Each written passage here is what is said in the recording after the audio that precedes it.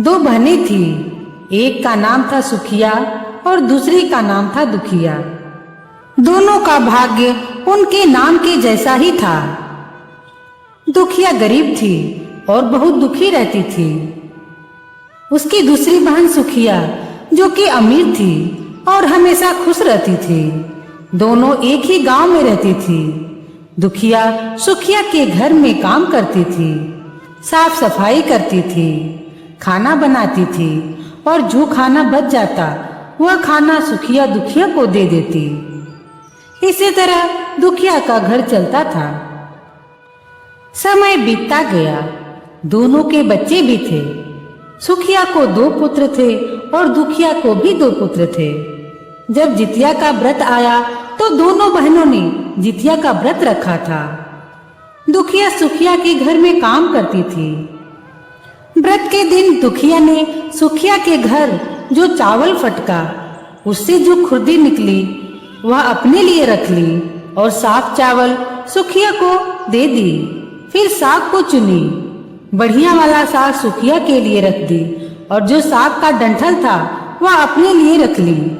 अब दुखिया ने सुखिया के घर सारा काम कर लिया, सारा खाना बनाकर रख दिया और अपने घर चावल की खुर्दी और साग की डंठल लेकर चली गई।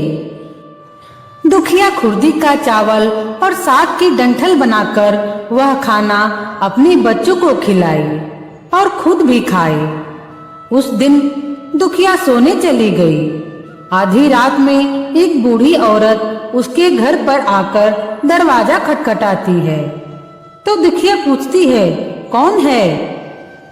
तब बुढ़िया बोलती है, बेटा हम हैं। दुखिया ने उठकर फट से दरवाजा खोला और पूछती है, अम्मा आप कौन हैं और आपको इतनी रात को क्या चाहिए? इतनी रात में आप यहाँ किस लिए आई हैं? बुढ़िया बोलती है, बेटा मुझे बहुत भूख लगी है, कुछ खाने को हो तो दे दो। दुखिया उसे घर के अंदर ले आती है और कहती है, हम लोग बहुत गरीब हैं। आज मैंने खुर्दी का चावल और साग की डंठल से साग बनाया है, क्या आप खाएंगी अम्मा? तो बुढ़िया कहती है, हाँ हाँ बेटा क्यों नहीं मैं खाऊंगी, मुझे बहुत भूख लगी है, हम वही खाएंगे। दुखिया अंदर जाकर वही बना हुआ खाना, खुर्द का चावल और डंठल की साग लेकर आती है और बुढ़िया माई को दे देती है और बुढ़िया माई को आग्रह करती है कि माता आप खाइए। बुढ़िया खाना खाने के बाद कहती है कि मुझे अच्छे से कुछ दिखाई नहीं देता, इतनी रात के अंधेरे में मैं अपने घर कैसे जाऊंगी? तो दुखिया कहती है, कोई बात नहीं अम्मा, आप यहीं पर सो जाएं, सुबह अपने घर चले जाना। तो बूढ़ी औरत दुखिया के घर में ही सो जाती है। फिर थोड़ी देर बाद उठकर बुढ़िया बोलती है, बेटा मुझे दीर्घ शंका लगी है, कहाँ करूं? तो दुखिया कहती है, अम्मा मेरे घर में तो बाथरूम नहीं है, इसलिए आप उधर कोने में कर लीजिए। बुढ़िया पूछती है कि बेटा भड़भड़ करे या छर छर? दुखिया नींद में थी। वह अब कहती है, माता जी भड़भड़ कर लीजिए, सुबह साफ कर दूंगी। थोड़ी देर बाद बुढ़िया पूछती है कि बेटा मैं अपने हाथों को कहाँ साफ करूं? तो दुखिया कहती है, आप मेरे सिर में अपने हाथ को साफ कर लीजिए।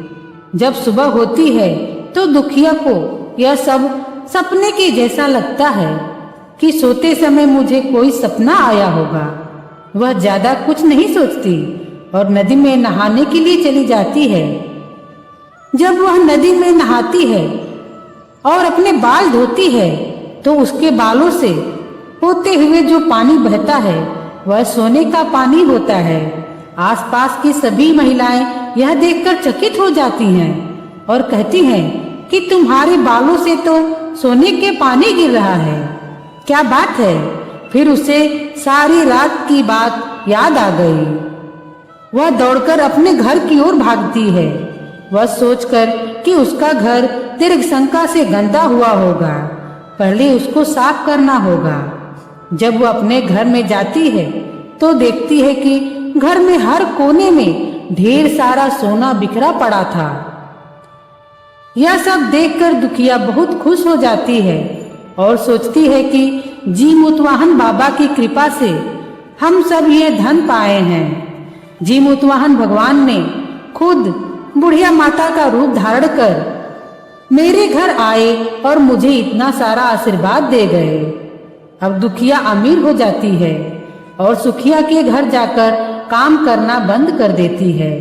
दुखिया जब अपना व्रत पूरा करती है तो अपने पुत्र से कहती है कि जाओ मौसी के घर से तराजू लेकर आओ, वह नापने के लिए कि वह सोना कितना है। बच्चा बहुत खुशी से सुखिया मौसी के घर जाता है और तराजू मांगता है। तो सुखिया मौसी पूछती है कि तराजू पर क्या नापना है। तो बच्चा बोलता है, मेरे घर में बहुत सारा सोना है, उसी को मम्मी नापेंगी। सुखिया कहती है, खाने के लिए तो तुम्हारे पास कुछ नहीं थे और अब सोना कहाँ से आ गए? मुझसे झूठ कहते हो? तो बच्चा कहता है, नहीं, मैं झूठ नहीं बोल रहा हूँ सुखिया मौसी। तब सुखिया सोचती है कि जब तराजू मांग रहा है तो कुछ न कुछ तो नापना ही होगा, इसलिए वह तराजू के पीछे गोंद लगा देती है ताकि जो भी नापेंगे थोड़ा सा इसमें चिपक जाएगा। दुखिया जब तराजू पर सोना नापती है तो कुछ सोने का टुकड़ा उस गोंद में चिपक जाता है। जब बच्चा तराजू लेकर लौटाने आता है तो सुखिया उसको उलट पलट कर देखती है तो उसे तराजू में सोना लगा हुआ मिलता है। सुखिया सोचती है, इसके घर में जरूर कहीं से धन आया होगा, इसलिए वह कई दिन से काम पर भी नहीं आ रही है। सुखिया उसके घर जाकर देखती है कि आखिर यह सोने कहाँ से आए हैं। जब सुखिया दुखिया के पास जाकर पूछती है कि तुम्हारे पास इतना सोना कहाँ से आया कि तुम तराजू मंगाई नापने के लिए, तो दुखिया उस रात की सारी कहानी अपनी बहन सुखिया को बताती है। दुखिया का मन एकदम सच्चा था, इसलिए वह सब कुछ बता दी, लेकिन सुखिया के मन में लालच आने लगा कि दुखिया के पास हमसे भी ज्यादा धन आ गया। अब अगले साल मैं भी खुर्दे का चावल और साग के डंठल से साग बनाऊंगी। फिर अगले साल जितिया का व्रत दोनों बहनों ने रखा।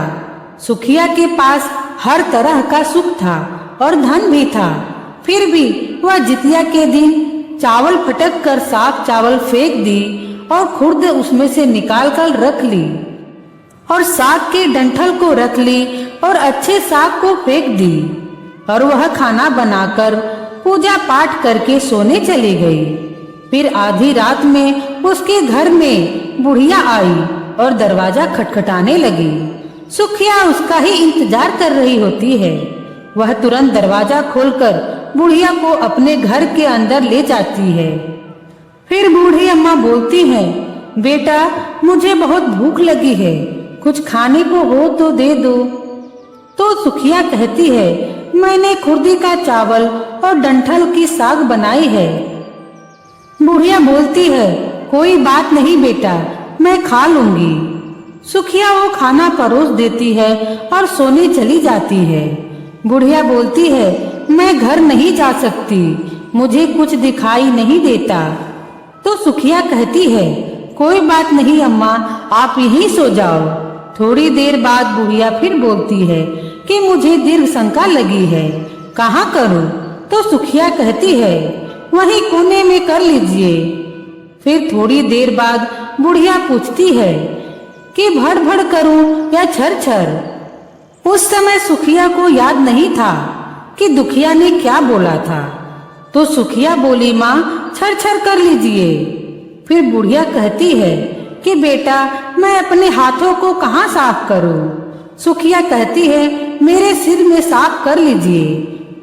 बुढ़िया अपना हाथ सुखिया के सर में साफ कर लेती है। जब सुखिया सुबह उठती है तो उसका घर गंदगी से भरा पड़ा होता है और उसके बाल में भी बहुत गंदगी लगी होती है। यह सब देखकर सुखिया बहुत दुखी हो जाती है और उसे बहुत गुस्सा भी आता है। वह अपनी बहन दुखिया को घर पे बुलाती है और उससे गुस्से में कहती है कि तुमने मुझसे झूठ कहा और मेरा पूरा घर गंदा करवा दिया।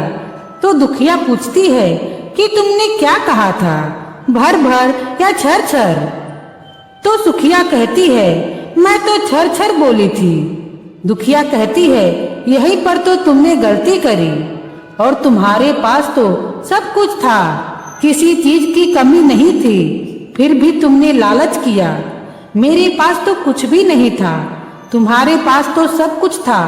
तुम्हारे घर जी मुतवान भगवान भेष बदल कर आए, लेकिन फिर भी तुमने उन्हें इच्छा भर खाना नहीं खिलाया। मेरे पास तो कुछ भी नहीं था, इसलिए मैंने खुर्दी का चावल और डंठल का साग परोसा था।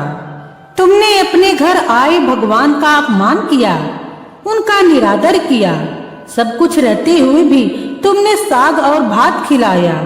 तुम्हारे पास सब कुछ होते हुए भी तुम्हें लालच नहीं करना चाहिए था, इसलिए तुम्हारे साथ बुरा हुआ।